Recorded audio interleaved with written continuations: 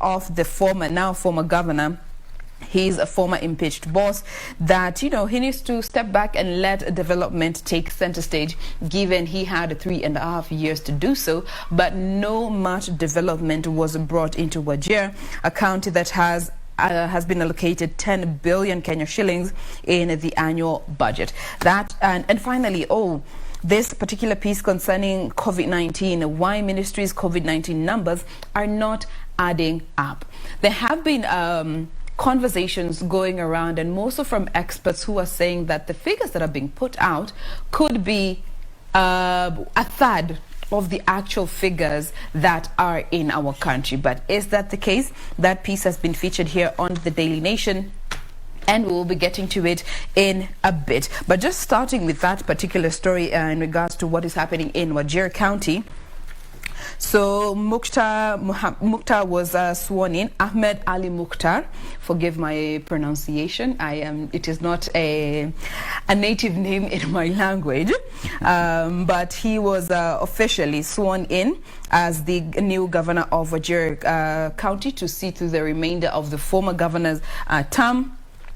And during his swearing in yesterday, he told of his impeached former boss, who was claiming that there is a gap in the county and he still remains to be the county's chief. But he told him off and clarified that there is no vacuum in Wajir County. And together with all the leaders that are in the county, they will not let chaos, and division disrupt development. And in his own words, he said, and I'm reading verbatim, quoting word for word, my focus is not on politics. Expectations are high from the Wajir people who want me to deliver services to them. We appeal him, now the former governor, to come on board as a citizen of the county and help us serve the people.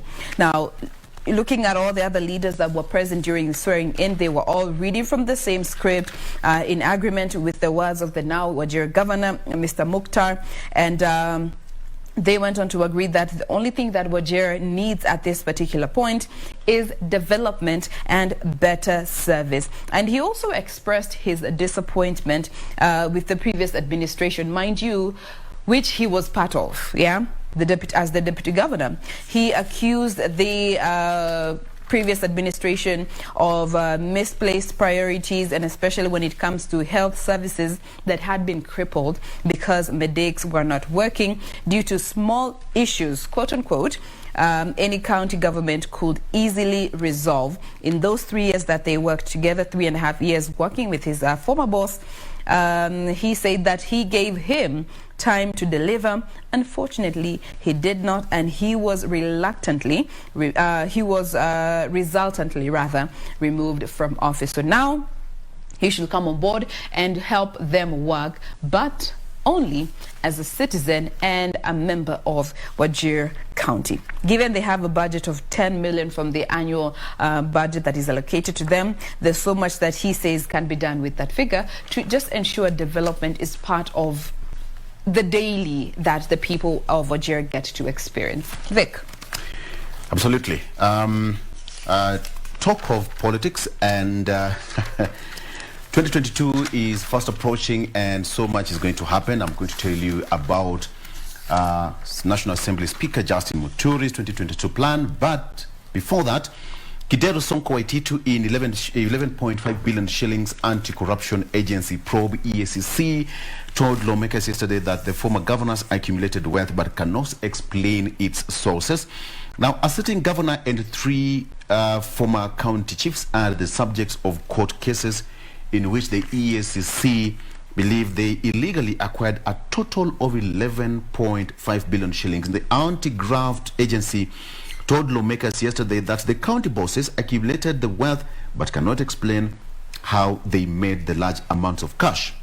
They are former Nairobi Governor Evans Kidero, his successor Mike Sonko, impeached Kiambu Governor Ferdinand Waititu, and Samburu's Moses Lenol Kulal.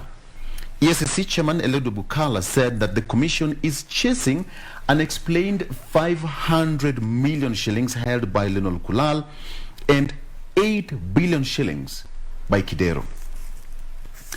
For Honorable Waititu, former governor for Kiambu, EACC is looking for something like 2 billion shillings.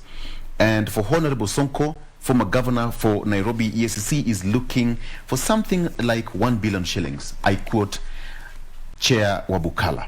So that is that. And the cases still continue, and some of them, almost all of them, are still in the dock, and cases of graft and during their tenure is still haunting them to date. They say that the wheel of justice grinds slowly, but it can take a very long time before it finally comes to a halt. Now, yesterday we talked about the issue of coronation of Speaker Justin Muturi, which was buoyed by a lot of this and that, take it there, take it back here. But now, it is now Muturi now eyes State House after Mount Kenya coronation. He's set up a campaign secretariat christened JB Center. Now, National Assembly Speaker Justin Muturi has been secretly laying the ground for a fully fledged presidential campaign in 2022. Now, buoyed by his controversial coronation as Mount Kenya's political kingpin last weekend, Muturi is said to have stepped up his private political engagements and plans to roll out rallies as soon as the ban on political gathering is lifted. Now, the Speaker has set up a campaign secretariat, Christian JB Center in Westlands, which will serve as his campaign headquarters. Okay? Sources familiar with Muturi's plan said that the Speaker is set to meet all Mount Kenya leaders to map out the region's agenda for the 2022 general election. Now, what is going to affect this one? Because his candidature right now is somehow going to affect the central Kenya region in terms of the vote-rich region, how they're going to vote as a bloc come 2022, because it's known that Mount Kenya region always vote as a bloc.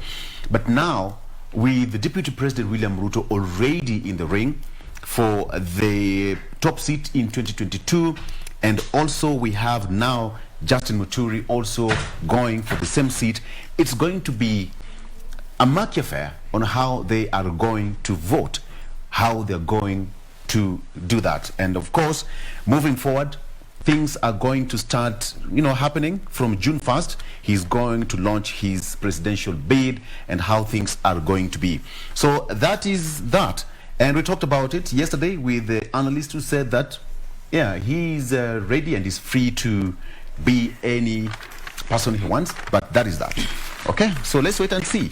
2022 is just fast approaching and it's going to be quite interesting, all right? Okay, so big names among 669 jostling for 4 IBC commissioner jobs. We have got Roslyn Odede, Norman Magaya, Abigail Magaya. We have got Tabitha Mutemi, Murshid Abdallah, and Kagwiria Mbogori. Interviews for shortlisted candidates set for 5 days will begin on May 31st to June 4th. And they include politicians, former MPs, human rights defenders, former and serving members of constitutional commissions, and university dons. The selection panel for the appointment of commissioners published the names and qualifications in what is now the start of the process to have a fully functional electoral agency.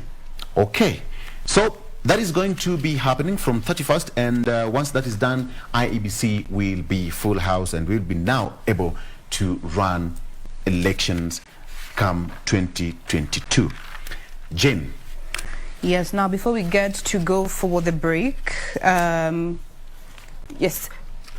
before we get to go for the break, just a quick overview of this particular story here. It's part of what is on the front page in regards to the COVID-19 figures that the ministry has been giving up.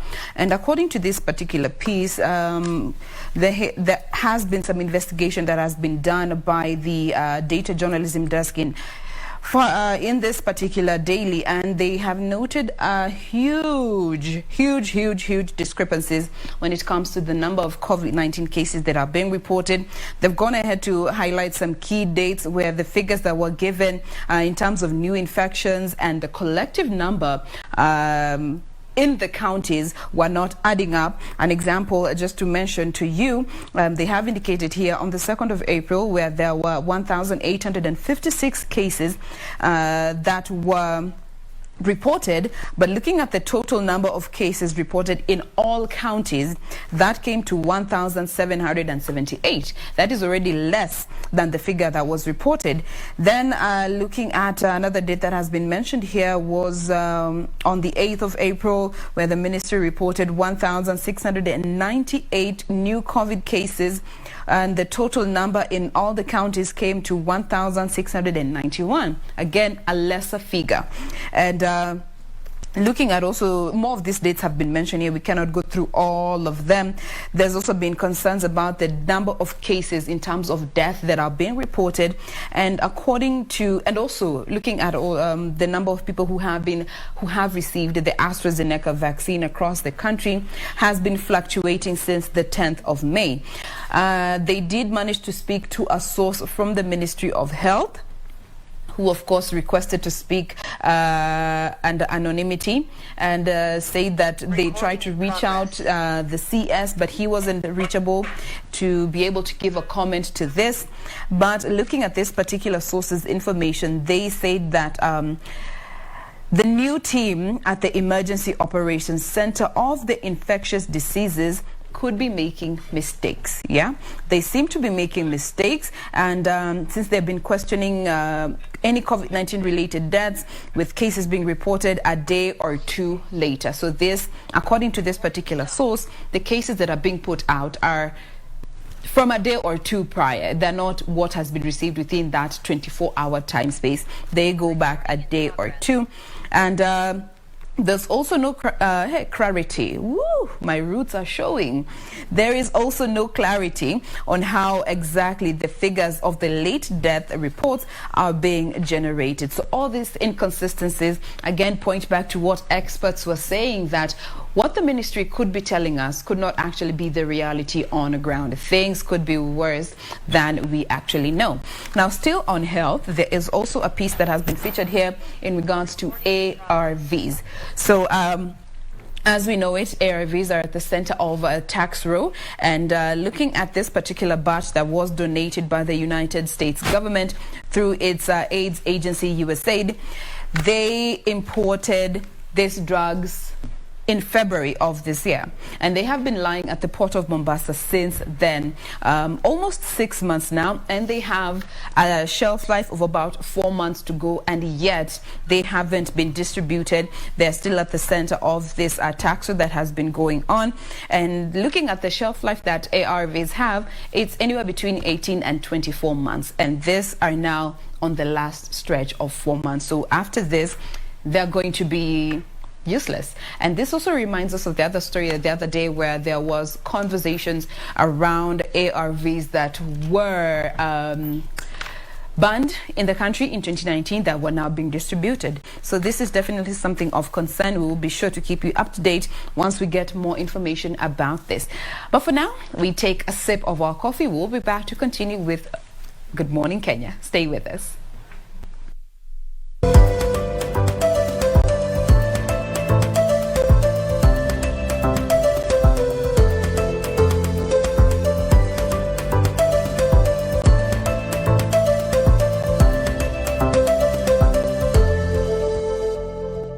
National ID show he's 70, carry pin certificate 66, and his passport 60 years. Now, Kerry now wants these details aligned to give him a peace of mind and spare him the many questions of him sometimes he has to answer, because if you have got 3 identifications, 70, 66, and 60, so which is which? This will affect, actually this has affected so much in terms of his transactions, even looking for a passport. He can't get a passport, okay?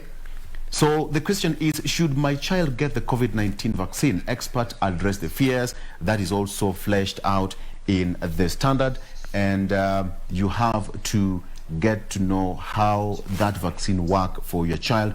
And prisons officer in jobs scam probe held for 14 days that Kiambu court has allowed police to detain for 14 days Prison Sergeant Grace Nyamohanga, who is linked to a multi-million shillings con syndicate on job seekers. It is alleged that the syndicate runs a multi-million shillings, running up to 200 million shillings, conning unsuspecting job seekers either to get jobs in the forces and other entities. All right. So, the story of Mohammed Shabir, who was killed. A senior official at the construction company owned by the slain Somali-American business Mohammed Bashir has explained that the movement of colossal funds from the businessman's account to Somalia. It is reported that the killed man was building a 1.8 billion shillings prison in Somalia. All right, so that story still continues on the Standard. You can get to see that. Safaricom shares hit record high on Ethiopian and expansion. Okay, so in recent months, the Ethiopian government has shown signs of easing restrictions, paving way for the launch of M-Pesa in the country as early as next year. So in terms of expansion, Safaricom is eyeing to expand its tentacles to Ethiopia. How that is going to pan out, again, is a matter of wait and see. Unrest in major parties as Uhuru's succession nears. The president's ruling Jubilee, DP Ruto's UDA and Raila's ODM are all handling internal strife as politicians try to outwit each other. It's going to be interesting on how it's going to be in 2022. All right.